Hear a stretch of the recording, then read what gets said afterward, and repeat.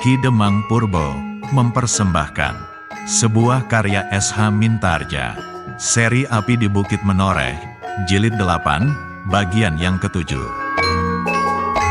Pada akhir bagian 6 yang lalu, Tohpati yang berencana menggempur Sangkal Putung masih dalam banyak pertimbangan akibat gangguan yang mempengaruhi pikirannya. Apa yang akan Tohpati lakukan selanjutnya? Mari kita ikuti bagian ini.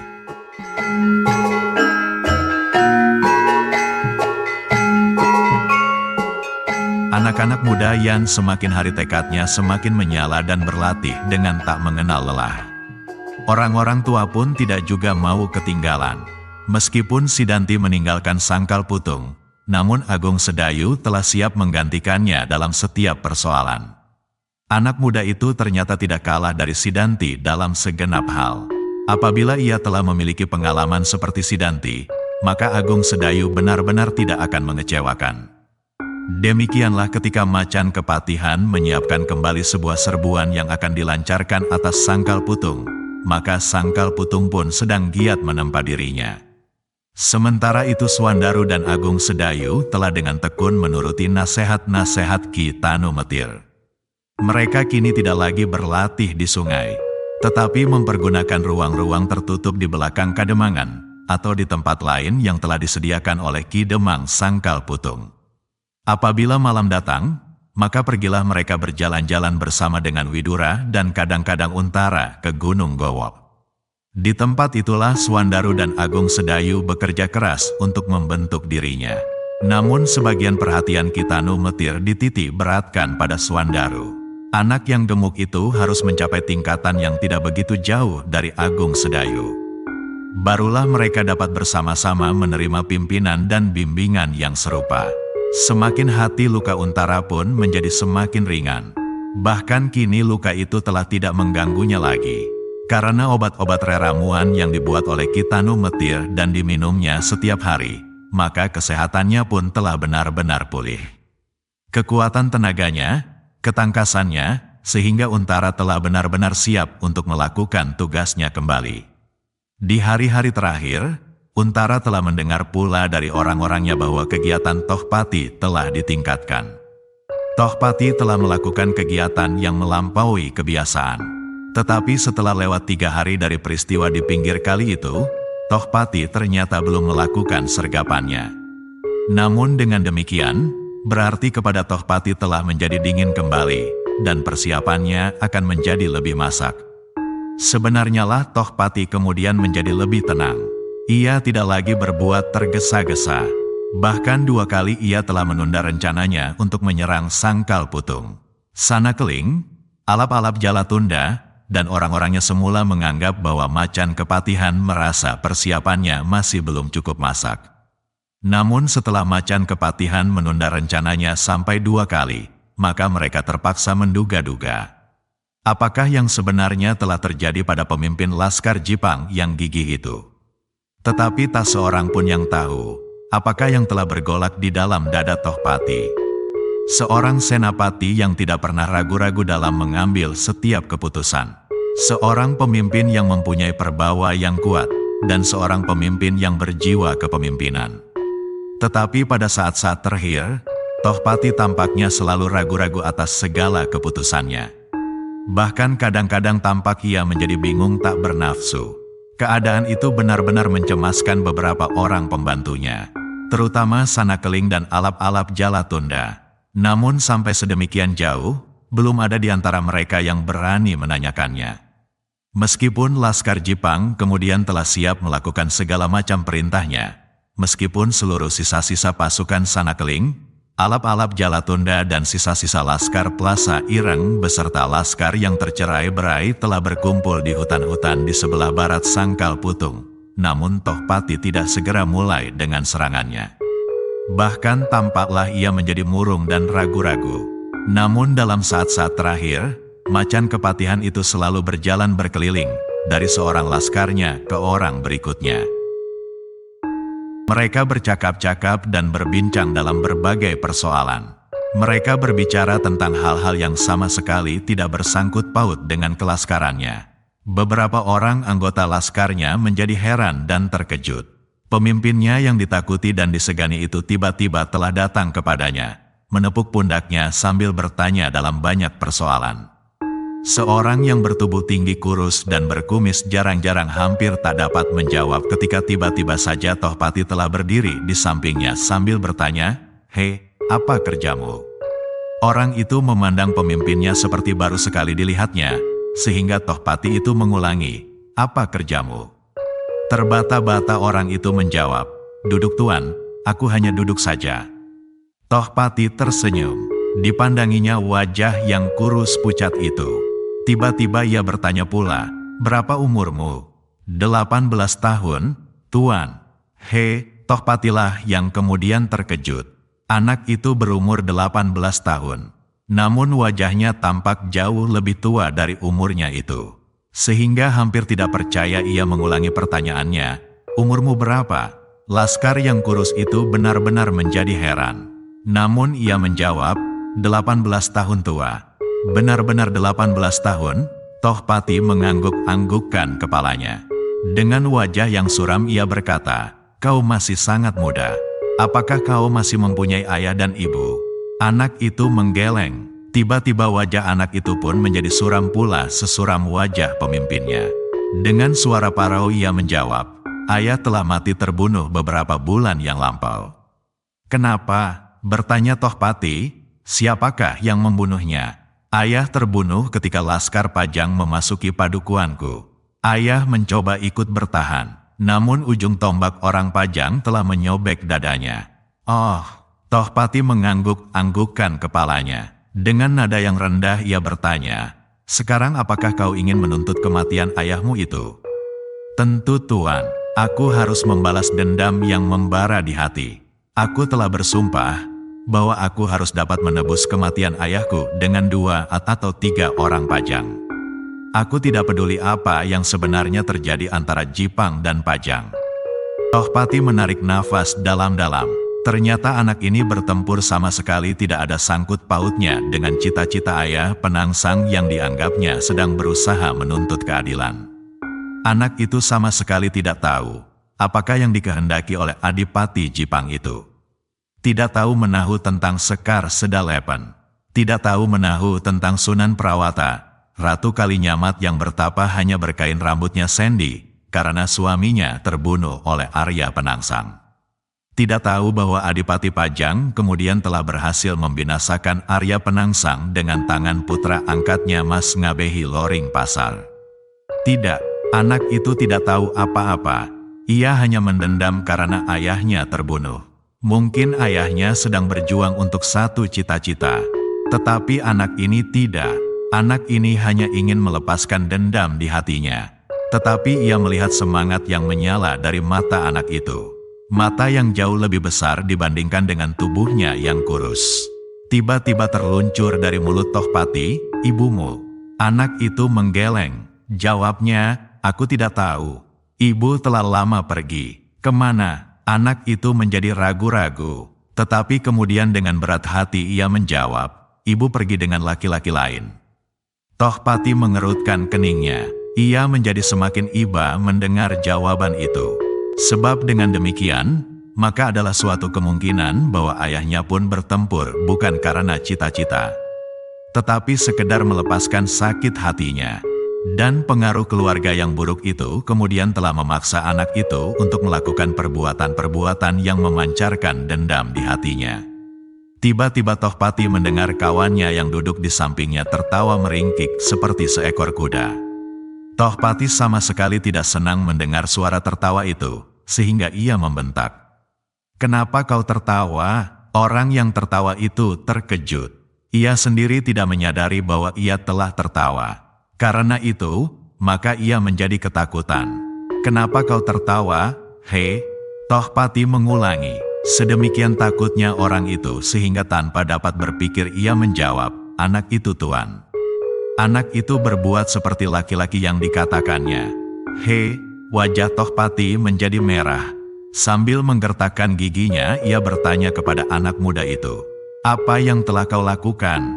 Anak muda itu menggigil seperti kawannya yang duduk di sampingnya. Tidak, tidak tuan, katanya dengan gemetar. Sekali ia memandangi kawannya itu, dan sesekali ia memandang kaki Tohpati. Ia sangat menyesal kenapa kawannya itu mengatakannya, dan kawannya itu pun bukan main terkejut mendengar kata-katanya sendiri. "Apa yang telah kau lakukan?" bertanya Tohpati dengan nada yang berat penuh tekanan. "Aku tidak apa-apa tuan," jawab anak muda itu terbata-bata. "Apa yang sudah kau lakukan?" ulang Tohpati. "Tidak ada tuan." Sekali lagi Tohpati bertanya, kali ini perlahan-lahan, "Apa yang sudah kau lakukan?" Tubuh anak muda itu menjadi semakin gemetar. Hampir tak terdengar ia berkata, "Aku hanya membalas sakit hatiku tuan. Aku membenci perempuan karena ibuku yang tidak setia." "Apa yang telah kau lakukan terhadap perempuan?" Laki-laki itu menjadi semakin ketakutan. Hampir-hampir ia menangis karenanya. Lamat-lamat ia menjawab, "Tidak apa-apa tuan, aku hanya berbuat menuruti perasaan. Aku sudah menyesal." Tohpati berpaling pada kata-kata yang duduk di sampingnya. Laki-laki itu pun menunduk dalam-dalam. Tiba-tiba ia menyambar pundaknya sambil mengguncang tubuhnya. Apa yang sudah dilakukannya? Laki-laki itu menjadi gemetar. Bibirnya bergerak-gerak namun suaranya tidak juga keluar dari mulutnya. Ketika Tohpati sama sekali mengguncang pundaknya, barulah ia berkata, ia membawa istri orang tuan." Bukan main marah Tohpati mendengar jawaban itu. Itu adalah perbuatan terkutuk, perbuatan yang tidak dapat dibenarkan. Hampir saja ia memukul laki-laki kurus dan berkumis jarang yang baru berumur 18 tahun itu. Namun tiba-tiba disabarkannya dirinya. Sambil menggigit bibirnya ia menggeram. Tohpati mengangkat wajahnya. Apa yang dilakukan itu bukanlah satu-satunya kejahatan yang telah pernah terjadi di antara anak buahnya. Ia bukannya tidak mendengar bahwa anak buahnya pernah pula merampok, mencegat orang dan menyamunnya di perjalanan, membunuh, menculik dan berbagai kejahatan-kejahatan yang lain.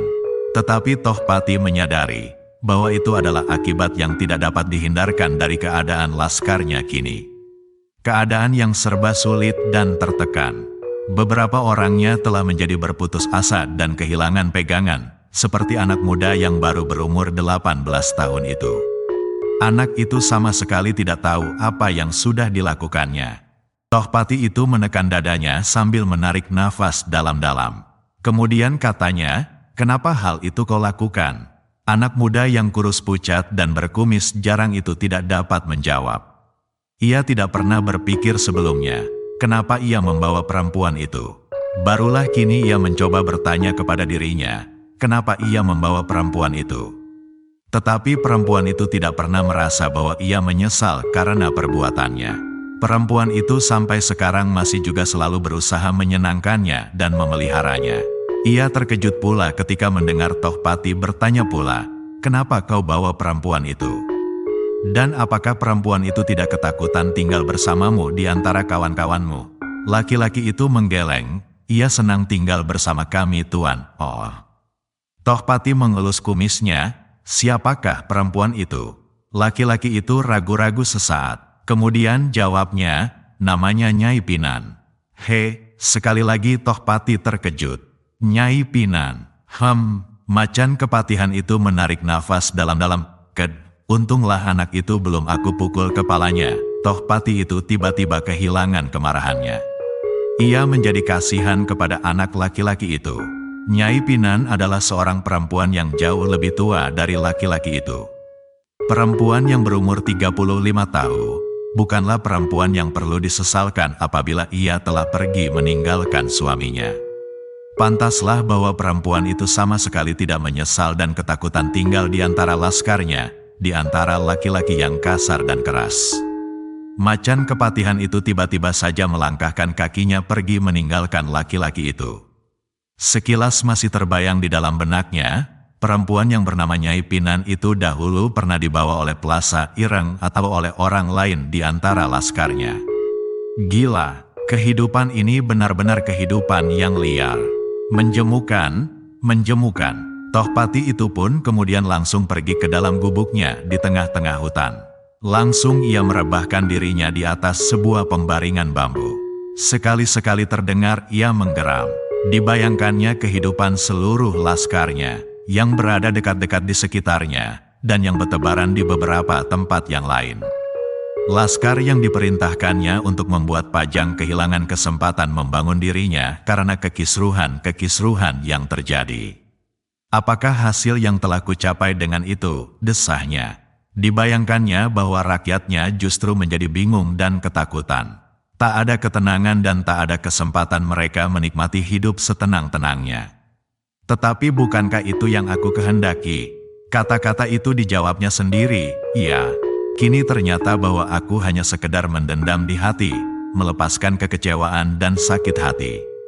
Aku hanya ingin Pajang tidak berhasil menenangkan dirinya dan melakukan rencana-rencananya. Itu saja. Macan kepatihan itu menggeram. Dengan serta-merta ia bangkit dan menghentakkan kakinya ke tanah sambil berkata kepada dirinya sendiri, gila. Kenapa aku bertemu dengan orang tua itu? Dengan orang yang mengatakan dirinya orang benda. Alangkah bodohnya aku. Orang itu bukan orang benda. Dan orang itu bukan orang yang bodoh. Pertanyaannya telah menggoncangkan hatiku. Tetapi aku sudah berada di tengah-tengah arus. Aku tidak dapat berjalan kembali. Macan kepatihan itu tiba-tiba melangkah dan berjalan keluar. Di luar dipanggilnya seorang laskarnya. Katanya, panggil Sanakeling. Sesaat kemudian Sanakeling telah berada di dalam gubuknya. Wajahnya tampak tegang dan sekali-sekali timbullah pertanyaan memancar dari matanya. Apakah kita sudah benar-benar siap? Bertanya Macan Kepatihan. Pertanyaan itu terdengar aneh di telinga Sanakeling. Macan Kepatihan telah beberapa kali melihat sendiri bahwa Laskar Jipang telah ditarik sebagian besar ke dalam hutan itu untuk melakukan rencananya yang tertunda-tunda. Kalau waktu persiapan yang diperlukan terlalu lama, maka mereka akan segera kehabisan persediaan bahan makanan. Dengan demikian, maka ketahanan laskarnya pun pasti akan berkurang. Meskipun demikian, maka Sanakeling itu menjawab, Sudah sejak beberapa hari yang lalu Laskar Jipang telah siap melakukan perintah. Bahkan kini mereka hampir kehilangan gairah untuk bertempur karena pertempuran tertunda-tunda. Tohpati mengerutkan keningnya, tetapi ia tidak dapat membantah kata-kata Sanakeling itu. Ia mengakui betapa seorang prajurit akan kehilangan semangatnya apabila mereka harus menunggu dan menunggu. Sedangkan mereka sudah siap untuk melakukan setiap perintah. Sambil mengangguk-anggukkan kepalanya, Tohpati menjawab, baik, aku tidak akan menunda sergapan untuk kesekian kalinya. Tetapi aku harus yakin bahwa sergapan kita kali ini akan berhasil. Kita telah mengukur kekuatan mereka, sahut Sanakeling. Kita sudah tahu kekuatan-kekuatan yang ada di dalam kademangan Sangkal Putung. Dan kita kini telah memperhitungkan kekuatan itu pula. Orang yang berhasil membunuh Plasa Ireng itu pun telah kita perhitungkan. 3 orang itu dalam satu lingkaran pertempuran akan melampaui kekuatan Plasa Ireng. Sedangkan lawan alap-alap Jalatunda ternyata memerlukan perhatian. Seorang dari Mentaok akan mengawasi alap-alap Jalatunda. Widura serahkan kepadaku, dan Untara adalah lawanmu.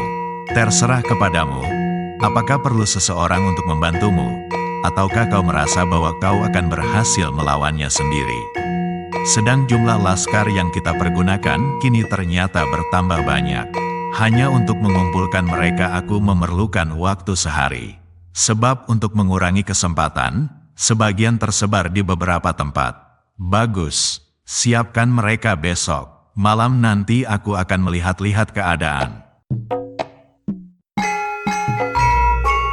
Demikianlah jilid ke-8 bagian 7 ini berakhir.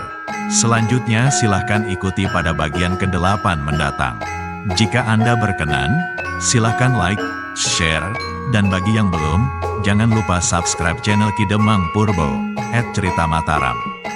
Nuwun.